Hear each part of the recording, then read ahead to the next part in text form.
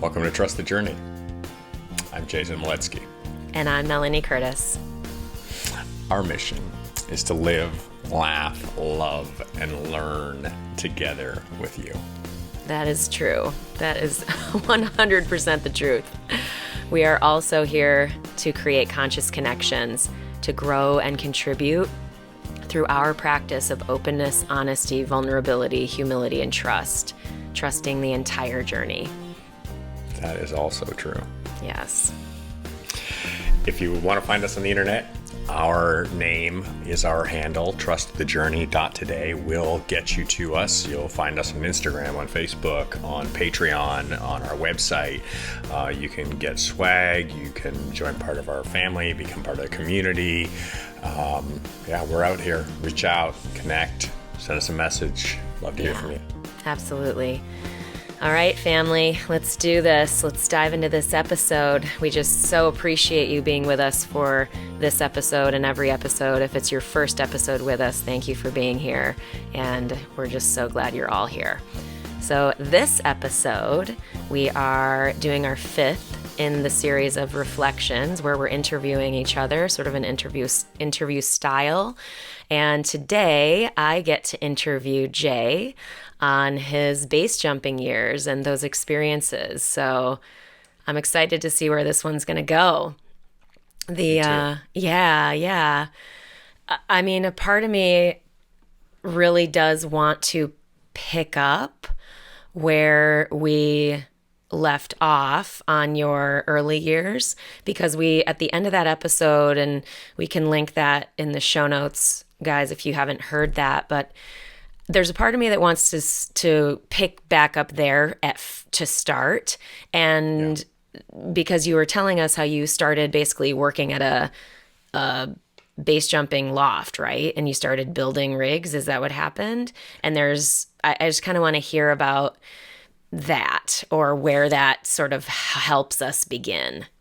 Yeah, so it's a really great place to pick up the story, because really it's when things started to develop for me, and I went from having made a couple base jumps to becoming a base jumper. And I took an apprenticeship and did a full-on immersion with my entire life into base jumping. And previous to that, I had made a few base jumps at Bridge Day, and had the initial experiences that a lot of us have when we start off in something. But the decision to immerse myself and to truly make base jumping what I was doing with my life, as like, this is what I'm doing right now as I am jumping off of stuff. That was fueled by the experiences leading up to that point of, the losses that I'd had in my life with my mother and father, with my daughter, with my teammates, with my team.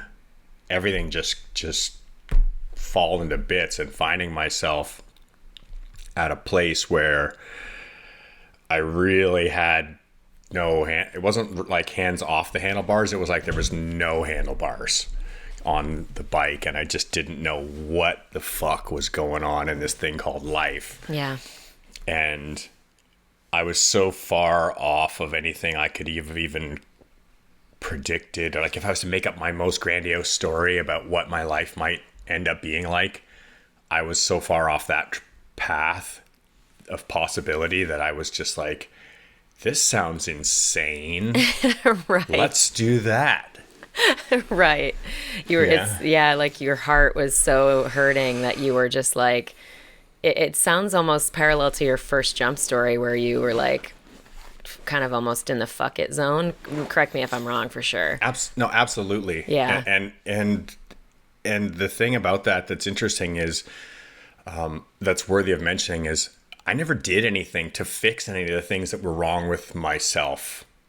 When I started skydiving, I was really, really broken emotionally, spiritually, mentally, like all the things, right? Yeah. And I didn't do anything to get better. I just used skydiving as a feel better method. And so when skydiving kind of fell apart on me, I still loved it. It still did the job. It was like I'd get a hit when I needed one. But you know, then I moved to something stronger with Yeah. base jumping. Yeah, fascinating. So you're starting to become a base jumper, sort of you're immersing into the community. And I know that obviously when we do that, when we start into something, we meet people who become important people in our lives. And in our prep, we've got a bunch of different names, and I'm curious, is there one that sticks out as reasonable to mention first? Yeah, absolutely. Yeah. My mentor, so ironic, I didn't even write this down when I was sharing notes with you. Love it. Perfect. I'm glad I Yeah. asked it that way then. Yeah, you nailed it. My mentor was Mario Richard, a very well-known base jumper from Canada, also from Canada. So we had an interesting connection there that we're both Canadians. And he happened to be working at the loft at Vertigo Base Outfitters here in DeLand back in the late 90s when I asked about the apprenticeship job. He was the one that was running the loft, basically. Marta and Mark Hewitt had started the business, and Mark had left and Marta was running the place, but she was also traveling a lot and had a lot of other things going on in her life. So it was really Mario who was operating the place. And he became my mentor, and he's the one who taught me how to base jump, and he taught me to be a rigger. And we worked every day in the loft together, cutting, sewing, folding, doing all the stuff, packing parachutes, learning all the things. And so I feel so blessed. Oh my God, so blessed to have been given a mentor like Mario. Anybody who's known him or known of him knows that he's legendary for his attitude, for just the way that he approached life, and for being the most fun-loving, easygoing, just adventurous, beautiful spirit. And sharing that time together with him was an absolute blessing in my life. And I want to say one thing that Yeah. I remember running into him years later. It was a few years later, and we were in Vegas. Actually, it was at Marta's wedding, and we were walking down the hallway of a casino, and we just happened to be on the march, and everybody's full of life and energy. It's a wedding, people are celebrating, and we were marching along together. And I looked over to him. I'm like, "Hey, man, I really, really, really want to thank you.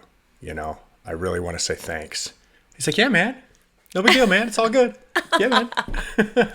No big deal for just directing your life in a huge major way. It's all good. Yeah. For influencing you in a super critical time in your life. No problem. And in an incredible way, like in an ethical, moral, spiritual ground, like in a beautiful fucking way. Oh, that's wonderful. How lucky are we? That's when I'm like, geez, the universe has our back, putting certain people on our path, which Totally. kind of makes me want to ask next about, because obviously, sort of life and death. And I'm curious because you mentioned again about your first close call.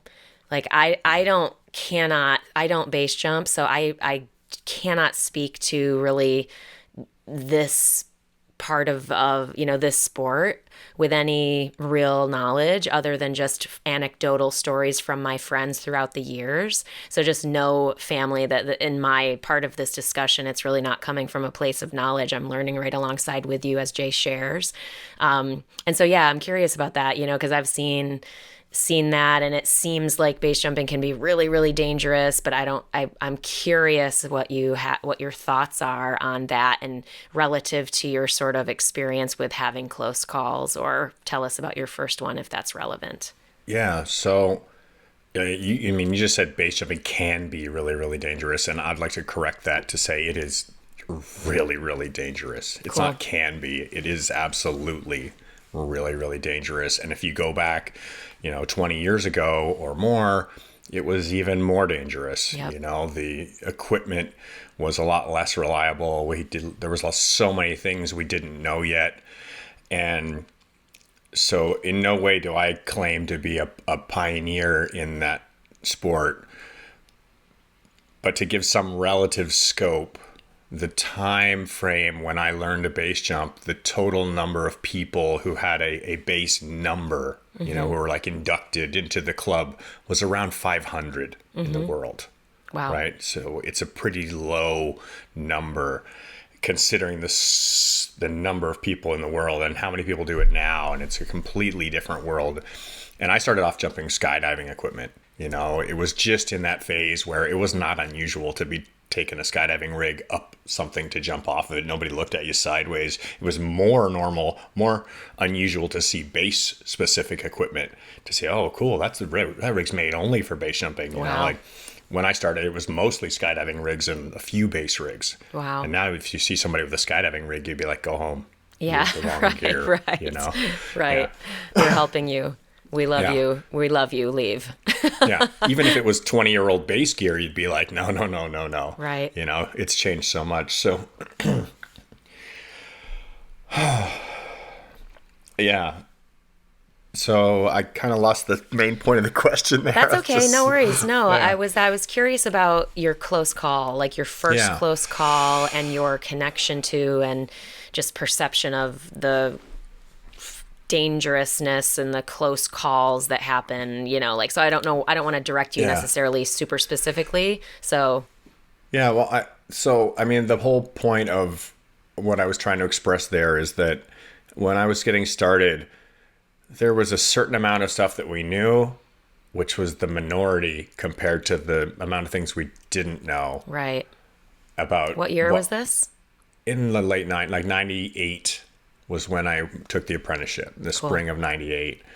And there was a lot of known factors. There was a lot of jumping going on, but I mean, the chances of something going wrong are really, really high. You know, like it's Right. probably going to happen at some point. And I don't think I made more than 25 or 30 jumps before I had my first scary thing happen. And it was a terminal base jump. So I'm going at skydiving speeds, you know. So one other thing that I guess it's important to explain to the listener, if you're not already educated on it, is when you first jump off something, you're not falling very fast. You're falling quite slowly. So you don't cover a lot of ground or a lot of air. You don't fall very far distance very quickly. And then as that speed builds up, it starts becoming a lot of distance covered in a second. And so this jump was one where you were taking free fall delays in around 8 to 10 seconds. So you're starting to approach the same speeds that a skydiver has at terminal velocity. Right. And that means you're covering 150 to 200 feet a second in free fall, somewhere in that range. So distance clicks by really quickly. And we would usually open our parachutes at about 400 feet. So you're about 2 seconds from impact when you deploy the parachute at that speed. You could jump from the same altitude and throw the parachute away, and you could be, 5-6 seconds from impact, depending on all the variables involved. But in this particular one, I was down in a place called the Black Hole, Antenna in southern Florida, which had an elevator, which allowed us to do repetitive jumps over and over again. So we basically okay. would have a boogie. Oh, wow. Okay. Got it. We would rock up at sunset and throw out the packing mats and put up all our cooler full of food and drinks and put out and start jumping. We would do 8 or 10 jumps in a night. Mm-hmm. And just back to back to back, jump pack, jump pack, jump pack, or take multiple rigs. I think I brought 3 rigs with me. Oh, wow. And and on one of those jumps, I reached back, I threw a pilot chute, and probably going about 400 feet or so, and it was semi light out, semi dark, and when the parachute got to the end of the lines, it just it looked like a snivel, and a snivel is like if you're a skydiver, it's just up there ruffling around. But what I could tell was that the tail had not released, that the tail pocket was still trapped. Something was wrong with the deployment. And so I was actually like shaking the risers and like trying to get the canopy to come unfurled so they could catch air, and it wasn't. And I went to the full-on panic mode, and the thing I learned a huge lesson was I was switching between different rigs. I had rigs that were set up for base jumping specifically that had a reserve on them, and they're designed that you have in a reserve. And I had a skydiving rig that had a reserve, and they have different handle arrangements.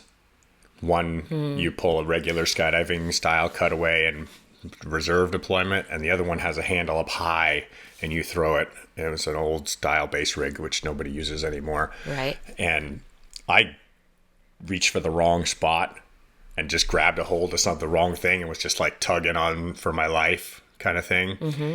And obviously it's having no effect. And the parachute luckily just opened at like the last second. And I had all of 2 seconds of parachute ride and landed pretty much directly beneath where I would have impacted. Oh my Lord. And my friend Vladi Pesa and Keith Leverrier were walking up driving up the road or walking up the road right when that happened. I'd never met them before. Like I just like, woof, and land and flare land and like, whoo, holy shit, that was close, and I was all rattled.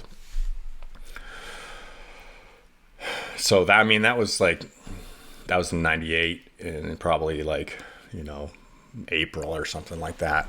And starting to get my first taste of what it's like to like have a near death close call. Like really it was out of my control. I fucked up. Mm-hmm. I was pulling the wrong handle. wasn't doing the right thing. I was jumping the mixture of gear. I was doing all the wrong things, and it was just luck. Just fate. It's just a little reminder from a higher power to be like, hey, this is what happens when you get lucky. You're getting away with this one, but you better freaking pay attention. Yeah, that's sort of where my brain was going, was like, what did you learn? What did that motivate you to do? Well, the whole thing was, I was in this cycle at the time, right? Like when I decided to do the immersion into base jumping, I was questioning, what the hell is wrong with me? Why am I doing this? Do I want to die? Am I trying to kill myself? What kind of stupidity am I signing myself up for here? I would go up a tower by myself and I would stand there and try to jump and I couldn't.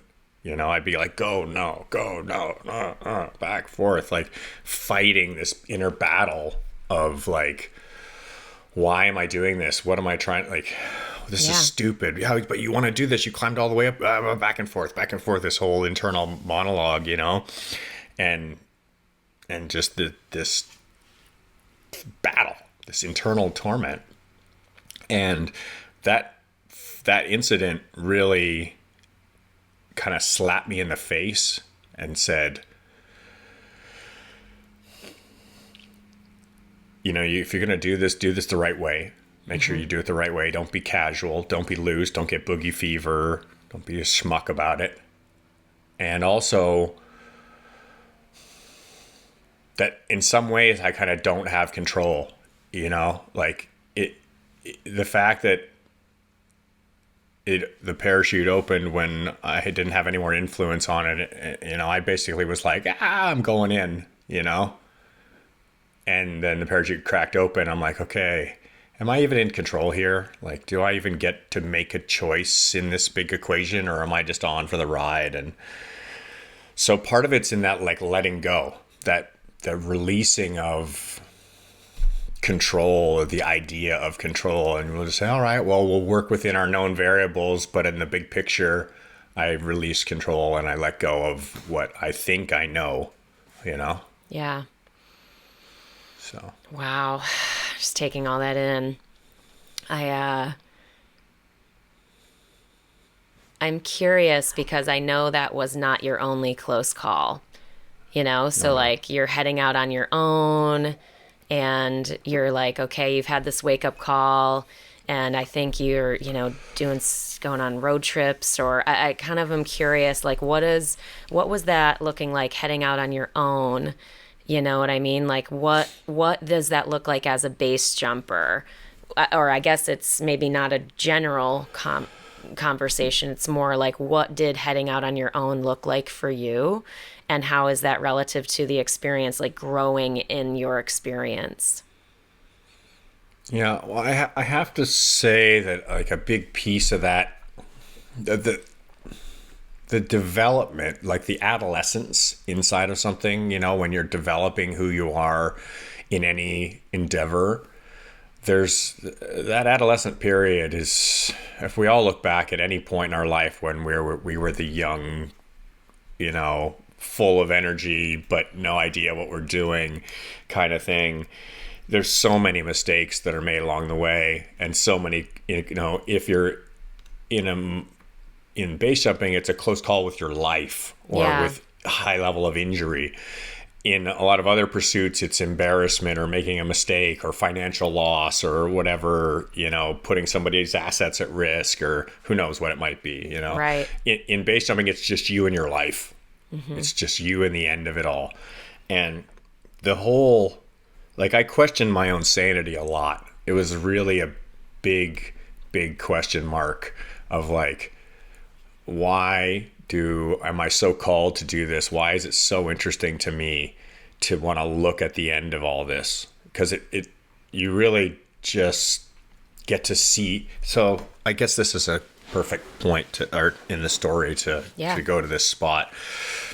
One of the things that I've learned through my time in parachuting and specifically base jumping is we don't have a relative time frame understanding of how long we have in this world, right? We just simply do not know. Do I have 5 minutes, 5 years, or 25 years to go before this all ends? And it is going to all end. We know that, but we tend to forget or pretend it's not going to, or we like keep it as a distant concept. And the construct of death being a relative thing, it just isn't in our day to day that often. But in base jumping, it's in your face. It's right there. You could literally reach out and touch it, It's like seconds away. Like a mere 1 to 2 seconds away from the end of everything. And learning to live in that space, spending time right at the end of your rope, like right at the end, and starting to learn about yourself and the relativeness of how finite this experience is and how we should celebrate it and how we should just be present now. Like, don't get there. Don't hurry up and get there, and don't be back there. Don't be too late and don't be too far ahead. You got to be right where you are. And so the present moment, this whole like meditation of the concept of the present moment, people think base jumping is high adrenaline, and they put like loud music, and like when people who don't do base jumping edit base jumping videos, they put like raw kind of music. And if you ever go base jumping with my friends, it's like Zen meditation. It's silent, deep breathing exercises. Everybody's super paced. There might be some smiles and high fives, but it's generally like super focused and quiet. And that presence is what it's all about. It's about being in the now. So what I've learned is this one point: when you know that the end of your life is right there, it's right here, you could reach out and touch it. What do you do with the seconds you have between now and then? You can choose to recoil into fear. You can choose to focus on the end and bring it into being. Or you can just celebrate the moment that you're in at that instant and be grateful and just truly revel in the wow of the now. Wow. Yeah. That's an authentic response to that. It's just like, wow. It's like, like, whoa, it's huge. It's huge. A lunatic ride. Oh my Lord. Such an intense experience. I'm curious next about Michael Sheffley Schaefer. Schlieffy. Thank you. Schlieffy. Michael Schlieffy Schaefer. Oh, man. Yeah. So inevitably what happens when you start doing something is other people start asking questions, and you start teaching and sharing, and all the things come along with it. So, I started teaching base jumping on my second jump, right? I was already 3 other people learning alongside of me while I was making my second one. And that carried on, especially being an apprentice in a shop and getting proper tutelage, that when I carried on after, I started having numerous students and, bringing friends along. And since then, I've taught dozens and dozens of people. I don't know how many people now, quite a lot. And Schlieffy was my first friend that I taught, the first person I taught who died. So the first time I lost a student, and not just a student, but a really, really close friend, somebody who was near and dear to my heart, somebody I spent lots and lots of time with. We lived in multiple places around the country together, traveled, worked together, spent our free time laughing and enjoying each other's company. And there was, as an instructor, as somebody who, found something incredible and wants to share it with others, that lesson that comes along when the first person that you lose and under your tutelage, somebody dies. And now you have to look at your decision making and say, what did I do wrong where this person now isn't here anymore? And how do I feel about the fact that I influenced their life in a way that led to its end in that way, So, obviously weighs heavy on me, and it's not the only person. There's been more. And I think it's,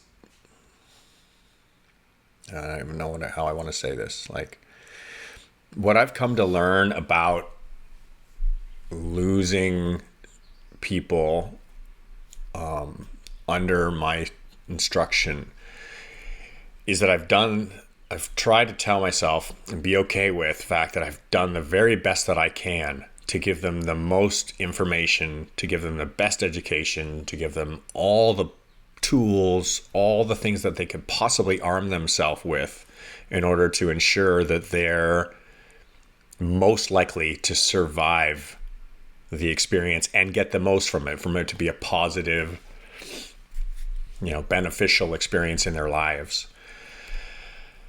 And it doesn't always go that way. No matter how hard you try and how much work you do,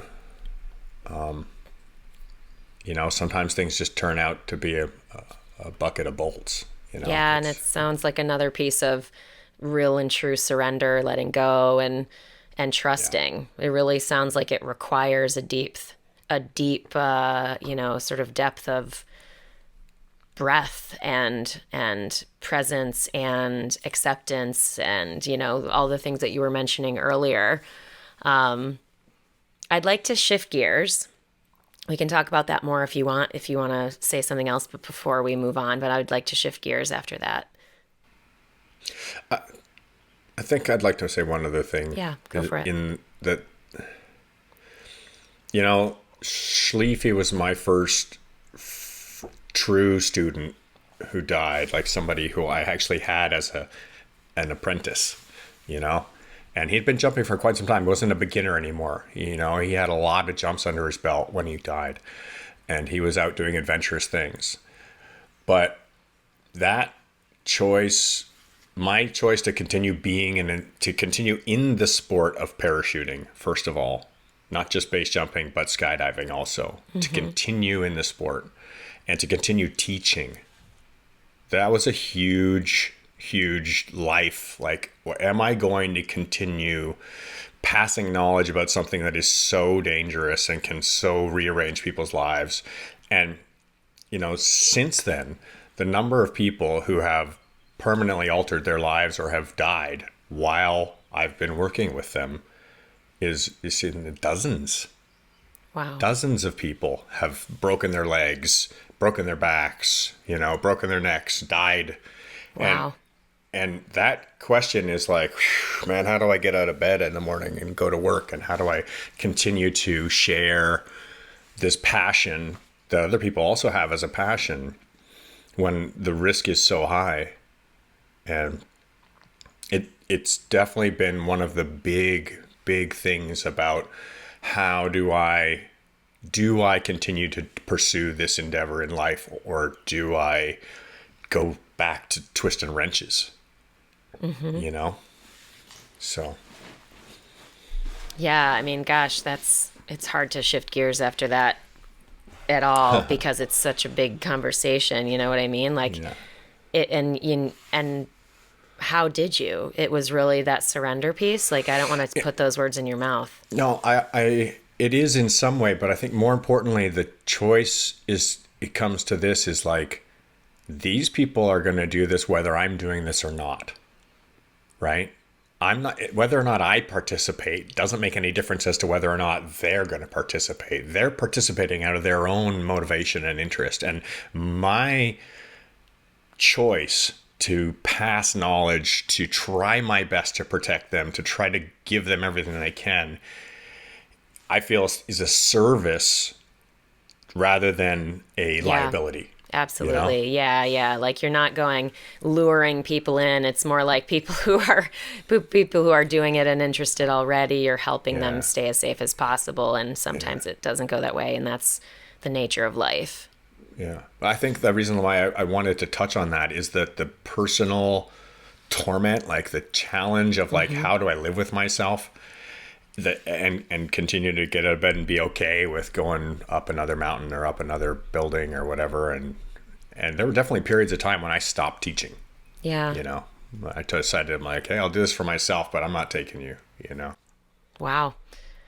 Well, and that's sort of almost where I want to go next, because on your resume, you have a ton of amazing, and you mentioned people doing adventurous things. You have, Switzerland, you have Norway, you have the Grand Canyon, you have wingsuit racing, you have heli boogie, you have Baffin. Like there's so many things on this list of things I could ask about specifically that in like thinking about it as a, sort of in the interviewer role, I'm like, I don't even know which one to pick, So I'm sort of like, start to tell us about all of that stuff, like that part of your base jumping career, which is in that realm of sort of creation and pushing the envelope and or having experiences and or, like you tell us. Oh man. The whole of the experience, right? Like the whole in its entirety of like, this is my 25th year in the sport, and I continue to remain active in base jumping. I just got a new base canopy. I just got a new base rig ordered. I'm going to go base jumping this year, and I'm going to do some of the most adventurous stuff that I've ever done. And I continue to like challenge myself to do so in ways that are in more and more refined. And I think the lesson for me, like the learning that I've received from this, is you can continue up in the ante, like escalating risk by adding more and more and more elements to what is being done between putting a pack on your back and landing a parachute again, or being back home, like the entire circle of the experience. You can make it more and more risky by upping the ante, or you can make it more and more refined by learning to recognize the variables and choosing to picking carefully which ones you decide to include or not include. So I think the sport is such a gift to me. I'm quite in awe of the experience. I mean, you asked me this question, and I think like, how do I describe being on the top of mountains in Switzerland? Yeah. How do you describe going to the Arctic to be in Baffin, or flying wingsuits into the Grand Canyon? Right. That's why I'm like, I don't even know what to ask you. It's just such a phenomenal list. Yeah, it's been. I'll say this, like, I, of course, became a skydiver before I became a base jumper, but I consider myself a base jumper before I consider myself a skydiver. Like I am at my heart a base jumper when it comes to being a parachutist. Why is that? What does that mean? I mean, that's the spiritual side of it. Like that's the why question. The why do I do this is because what I get back from walking up a mountain, sitting on top with either alone or with friends, and experiencing that presence of now in relationship to all it is, the whole of nature, my own life, my own significance and insignificance, all in one. That context is on such a grand scale in base jumping from my perspective, right? From my own individual experiential perspective, seeing the world, accessing all these vistas, seeing myself, seeing the relationship to it all, and oftentimes just sitting silently in it, just being present there and feeling the majesty of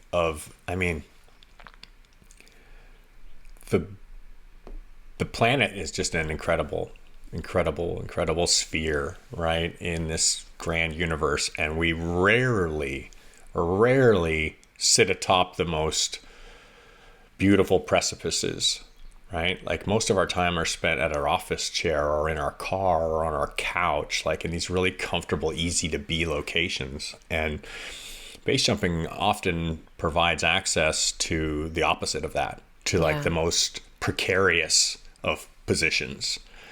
And in that, there's also the relationship to letting it all go. Mm-hmm. Completely giving into fate and freedom and releasing any fear that does not serve us and saving just the ones that do what we need them to do. Yeah. What was one of the most standout experiences that you've had? And I know that's probably an impossible possible question to answer given the list, but if you had to pick something to share about, what stands out? I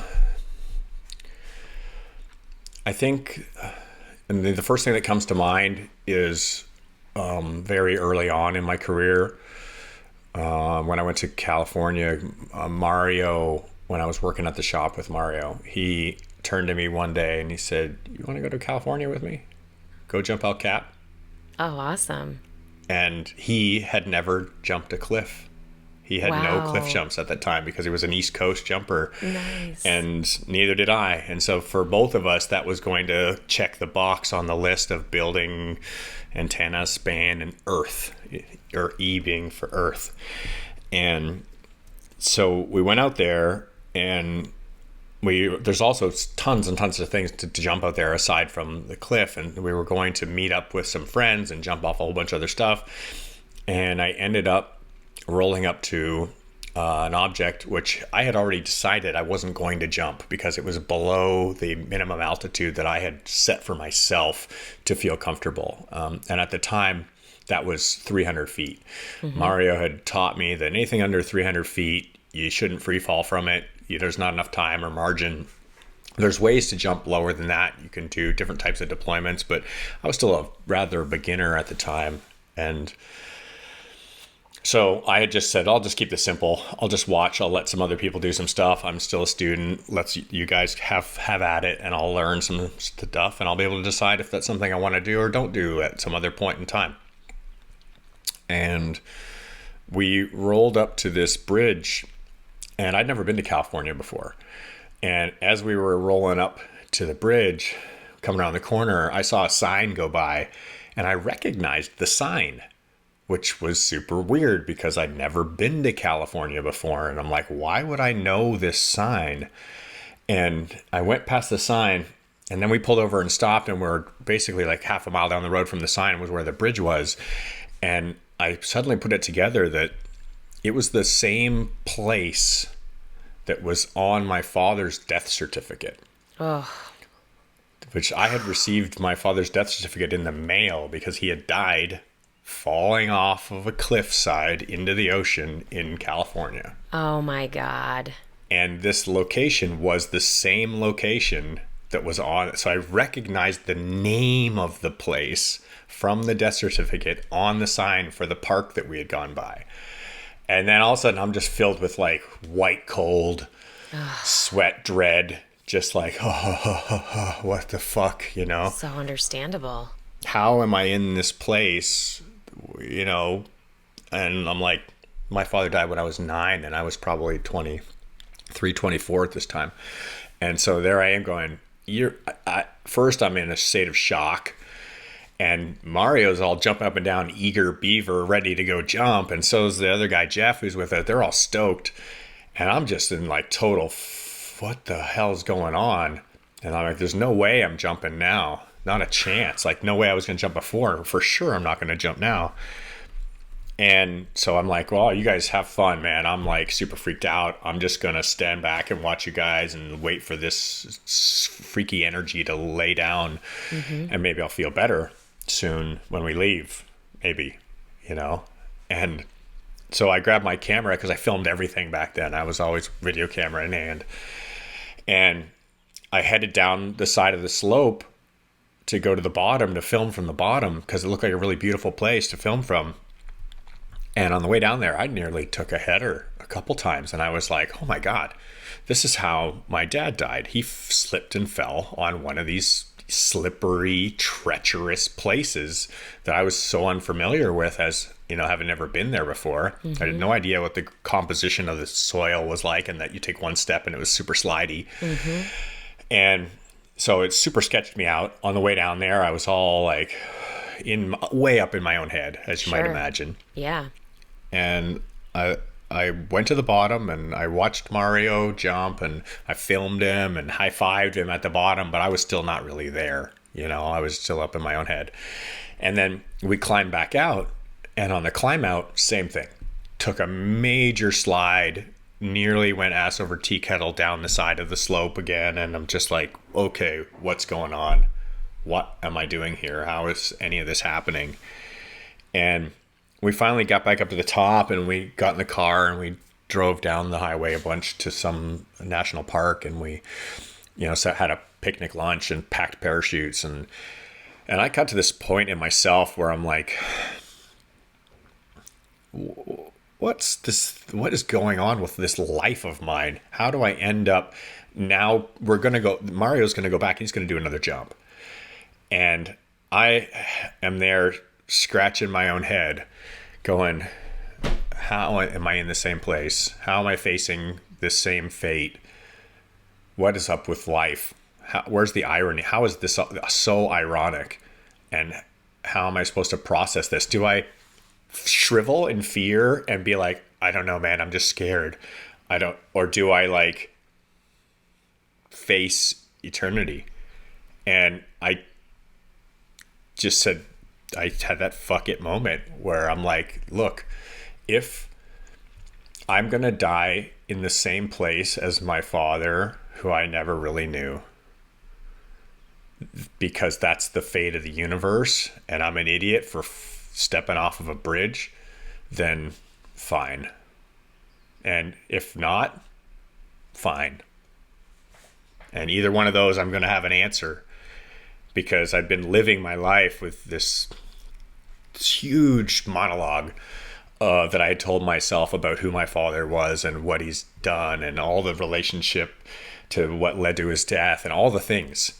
And I just said, screw it. And I pulled my parachute out and I packed it in the correct way for such a low jump. And I was jumping skydiving equipment back then. I had my base rig. I had just built my own base rig. I think I had like 2 jumps on it or something. I built it to go on that trip with.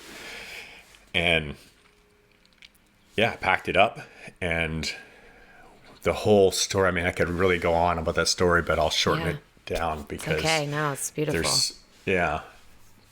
I put my rig on in the car and got fully ready in the car, and we were driving up the highway, and it just so happened that there was construction going on in the area. So they were doing the pilot car thing where they lead a bunch of cars through going one way only. Yep. And then they turn around the other end, they take a bunch of cars going the other way. And we just happened to get last in line on the train of cars.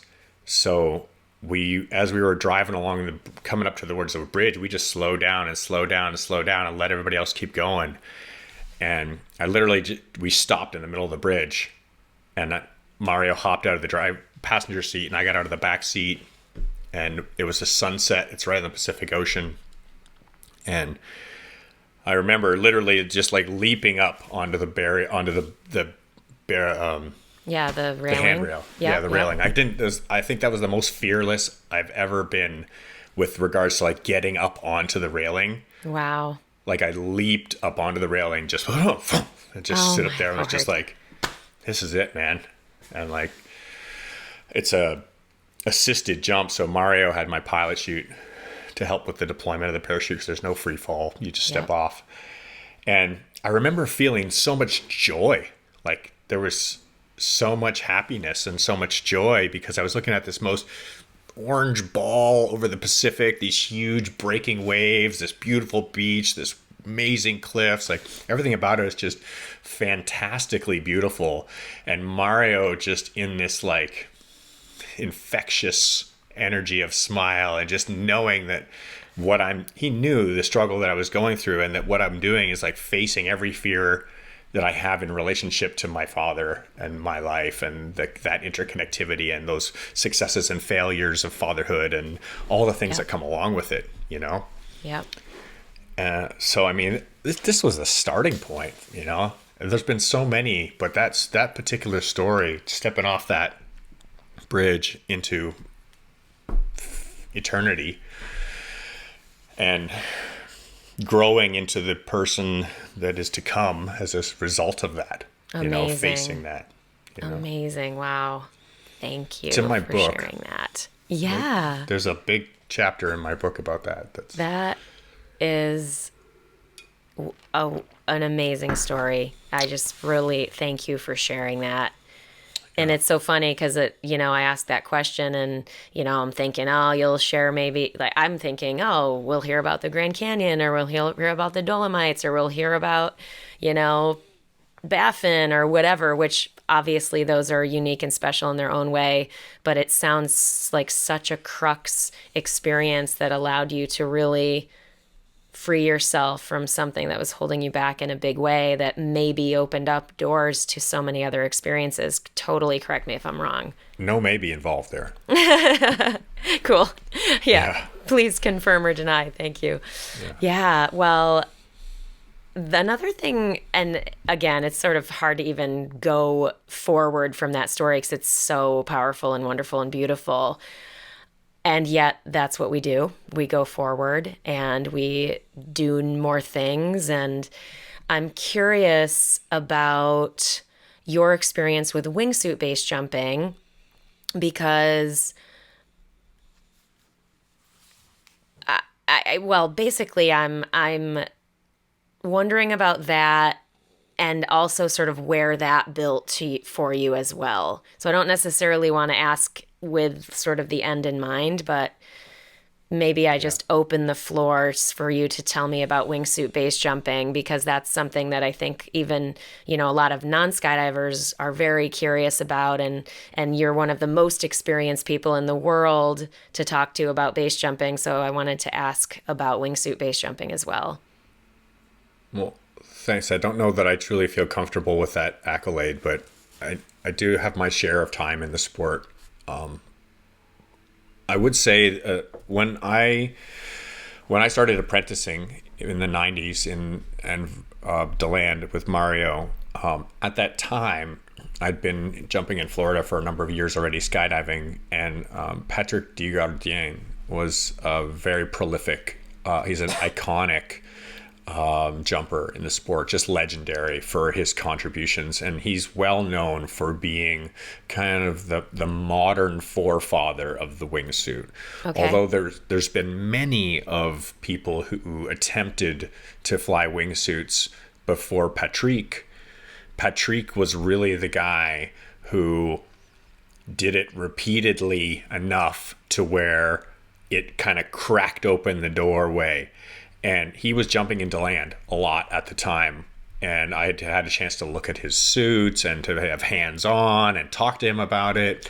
And he actually died during the time while I was working at Vertigo, flying a wingsuit on a skydive, and had made some mistake. And and I was already passionately engaged in the idea that I wanted to do this when he died and when I was learning.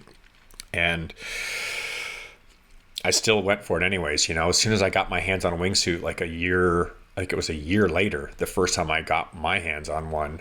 And it was maybe 1 or 2 years after that I jumped off a cliff with one for the first time, with no instruction, with no guidance, with no mentor, with nobody to look to for any type of how to do this or not to do this, because I didn't know anybody who had done it.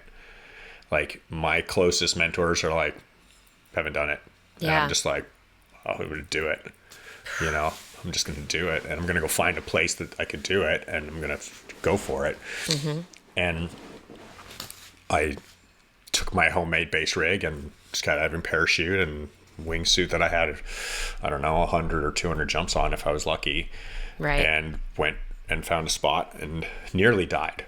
Yeah, it went all wrong. I slipped Wow. and spun and went out of control. Oh And my God. just totally barely pulled it off, and had another one of those super close calls, and chalked up another one, put another mark on the wall, you know. And that was, you know, almost 20 years ago now. Wow. And since then I've flown, I don't know how many different dozens and dozens of suits, types of suits, the entire progression of the sport. I started wingsuit base jumping in Norway in 2003, and have continued focused, progressive jumping since then. I've never gone like super crazy with it, but I've been very focused and taken my training, my approach to doing something in this this structured way of doing it. And it's become one of the most incredible gifts I've ever received in this life, you know. Wingsuit base jumping? Yeah, absolutely. Yeah, the ability to fly off of a skyscraper and fly like Batman through a city is just like, what the hell? You know, like, that's the thing when you're a little kid and you watch a movie and you see this on a movie and you're just like, well, that's a movie. And then later in life, you're standing on top of a giant skyscraper dressed in a black and blue winged outfit going through it. Right. Like, what? Right. So crazy. What? You know? I mean, that's so interesting. We talk a lot about polarity on the show and the juxtaposition. I feel like I can't leave this episode without asking you your take on the spike of fatalities in wingsuit base jumping and what your commentary is on that for people to learn from that. Yeah. So, you know, as with early on in the sport, with having close calls myself, with losing students, the question of, am I going to keep doing this, repeatedly pops up. And as wingsuit base jumping, you know, grew and started to become more and more popular, the number of people doing it and the number of the level of risk being taken and assumed by the participants started to just dramatically shoot upwards, bell curve style. And more people started dying, and more often, and more, you know, just it became in the middle of the last decade, somewhere 2014, 15, 16, the number of people who died each year there was equal to the total number of people who had died in the 20 years previous. Wow. In like 3 years. Yeah. In one 3-week period, I lost like 6 friends. And I remember walking with my wife at the time down the road and just being in this state of like, man, like, is this the wrong choice? Should I stop doing this? Do I need to get off this wild and crazy ride before I'm one of the people on that list? Because, man, I had a list of close calls in this process of learning to survive the discipline, and there's so much involved. And at some points I really, really, really, really stopped to ask, like, shoo, man, I mean, I'm stumbling for words, because Yeah. the deeper question, when you've lost so many people around you, or when people are dropping like flies, you're like, is this just dumb? Are we just being stupid right now? Should we just like recognize that we thought this was fun at first, but now it's a ride for idiots, Right, right. And I don't want to be an idiot. I might be, and I've never stopped, and I've certainly changed my ways. Yeah. I've acted differently, and I still understand the risk and relate. And that bell curve peaked and has gone back down. The whole sport had this really crazy experience where the entire community and all the associated family and friends and everybody in the sport as a whole went through this giant wave of grief and trauma in association to this, the amount of fatalities going crazy. And it had it's sad to say, but it had a really positive effect on things. It's really changed the way that people think and act. And not everybody, of course. But I think that a lot of the people who are the wiser ones, and I use that hesitantly, but maybe the more experienced ones, that's what I'm saying, like the people who've been in it for longer, tend to have pulled back on their position and like reposition their attitudes towards how to approach things and how not to approach things. Right. And very openly speak to the younger generations in a way that guide them towards the chances of surviving being more likely. Yeah, that actually takes us to the next thing. And you being a leader, and you through all of your experiences and all the ups and downs, and you certainly as a human, you as a base jumper, you as a teacher, coach, mentor, whatever, I want to hear about the 169 way world record that you organized and how you took that job, and tell us about that, because that's sort of a more recent and it seems like, from where I sit, a culmination of your experience into your leadership and your creative event building and leading people into something that you made safely possible. Sure. So first of all, I'd like to make sure that I state that I don't take credit for organizing that Cool. in any independent way. My good friend Shane Dunn, he put out a call to say that we're doing another record attempt, and there have been previous records in the past, all hosted in the same place in northern Norway. And when Shane started getting names together and putting dates on the calendar, I've known Shane for a long time, and I knew, I'm like, he's not going to be able to do this on his own. He's going to need help. And it's a very challenging, big ways in general are a very challenging thing to organize. And it's even more so in base jumping. And the qualifications, the skill level, the leadership that's needed, the strong personalities, all the things that are involved. And I had already been spending a lot of time in Norway every year, in Norway for 16 years straight. So know the community quite well. And I'd chosen take a position as a chief instructor at the the base jumping school there and Stavanger Base Club that year. So I was already in a leadership position, and with my time in Flight 1 and all the work being a coach and being a leader to others, it really felt good to me at that time to like offer my experience to the community to help guide the group in whatever way that I could, and to work with a team of people who were also putting up their hands to be involved in organizers, because they're really selfless people. They're the people who are only there for each other and for the group and for the passion of it all, and to do something extraordinary. And it was really just a perfect storm of timing that I could be there and do it all with everyone. And I was feeling strong, in my soul at the time, that I could step up and be like, hey, I know how to give some guidance to the group. If everybody wants, I'll offer you my thoughts. And it was it was challenging, man. That was a tough one. But we got 73 people up the mountain. Yeah. And I think 72 or 73, and the weather was far from perfect, and I just had this like inner knowing that it was going to open up and it was going to be great and everything was going to go. But we literally walked up there in the clouds and like just no way. And a lot of people didn't go up. It could have been 100 way. There was enough people there to do 100. Wow. But enough people said, no, I'm not going, because the conditions were so questionable. Yep.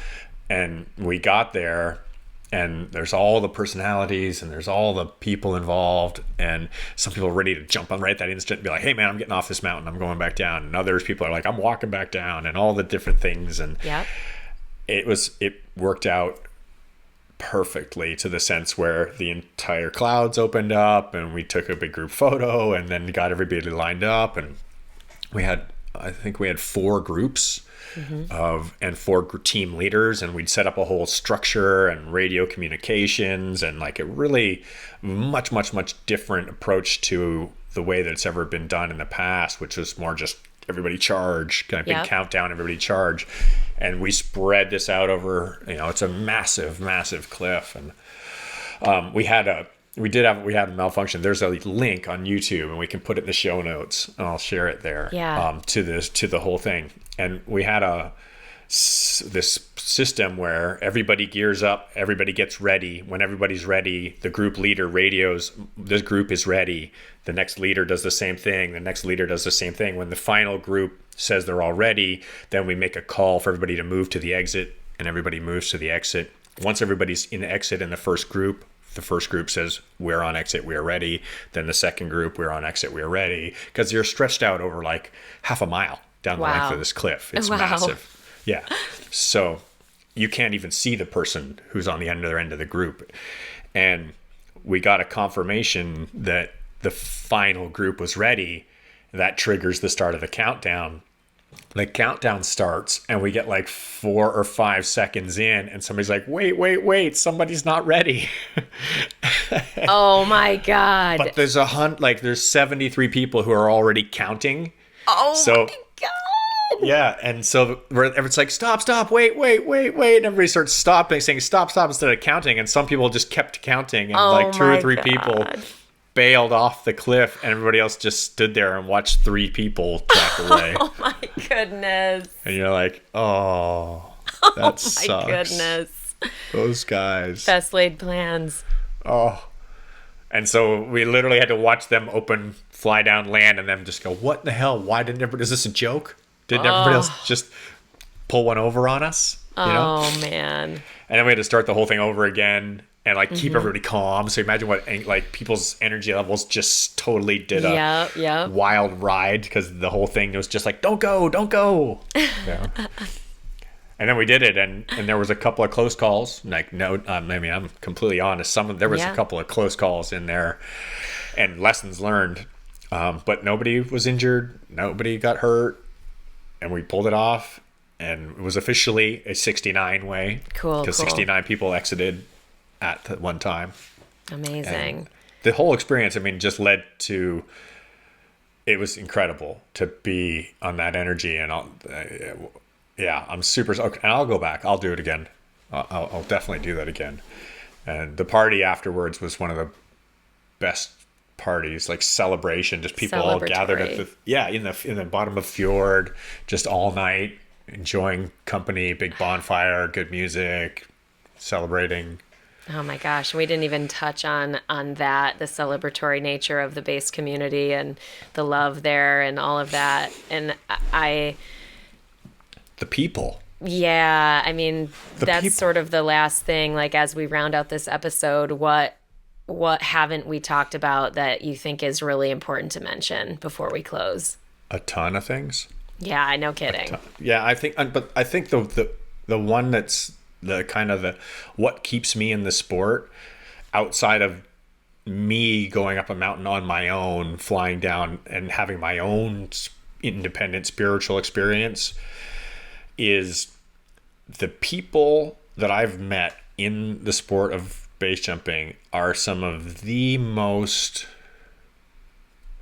creative thinkers I've ever met. And at the same time, they're wildly insane. They're just so willing to be in a space that is so far away from what most everybody in the world lives in.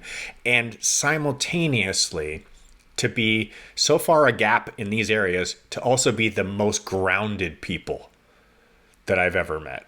Wow. And that's the part that I think is the big takeaway, that most people don't think that when they get into it, that's not why they're getting into it. They're getting into it for some inner, something inside is pulling them to want to step off of a bridge or a building or whatever, a cliff. But what you end up with is that these people who can be without judgment and as much ego as they have, there can be without ego. And aware of the value of time and the value of friendship, having lost so many, and just the value of this community, the family, is something that I continually find myself grateful for. And I'm so honored to be a part of that community because it gives so much back to me, and I get to have the best friends in my life out of that community. It's amazing. Amazing people. Thanks to all my base fam. I love you guys. Yeah, right. I mean, gosh, maybe we could do another episode on just base family or just people again, talking about people's stories. There's just so many stories. There's so many stories, so it's like we at least are surrendering to the impossibility of covering everything and having a feeling of really like we've made it all into 1 hour of an episode. I just wow, I just thank you for your sharing. You know what I mean? I said it earlier, but getting the opportunity to sit here and listen and I just, be a conduit for sharing your stories and sharing just the insight and inspiration that comes from that is just really cool to be a part of, so it's like the base jumping parallel. It's sort of like a parallel, like I'm having this individual experience where I get to be with you and be in this conversation and listening and bringing curiosity, and I get to be a part of sharing in a bigger way and motivating or inspiring people or just educating people or whatever, impacting people in a positive way, hopefully. So I just thank you for that. Yeah. And family, we hope that you are getting a lot out of these episodes that we're doing in this sort of reflection style. Please let us know if you have feedback, if there's something you'd like us to cover. We're open to your ideas. We're open to your feedback. So yeah, let us know. And Jay, any other final thoughts or closeout thoughts? It's just such a huge, it could do episodes and episodes and episodes based on the all the different branches in the tree. And it's such a passion, and there's so much gratitude. I'm just really grateful for the opportunity to be able to, I'm leaving this podcast feeling so much better than I felt before starting it because of the gratitude reminders and all the lessons and the things that have come from this journey are now really present in the front of my mind and in my spirit. And so I'm grateful because I've been struggling with a little depression lately, and having these reminders has really helped set me on a more in tune vibration. So thanks for the space. Absolutely. I think we all have bouts of that, and I honor your sharing of that too, and I honor the even just opportunity to hold space for you and others. And family, I know we mention it every episode, but it really, you are invited to join the Trust the Journey family if you are so called.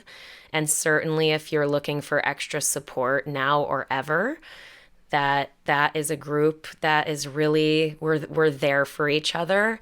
And it's not like the hugest deal. It's not like you have to engage all the time or every day or that much. You can be sporadic or just kind of watch and learn and read and whatever. But there's good energy there. There's love there. There's true support there. And so please join us if you want. And that is, trustthejourney.today, or drop us a DM on Instagram, which is also trustthejourney.today.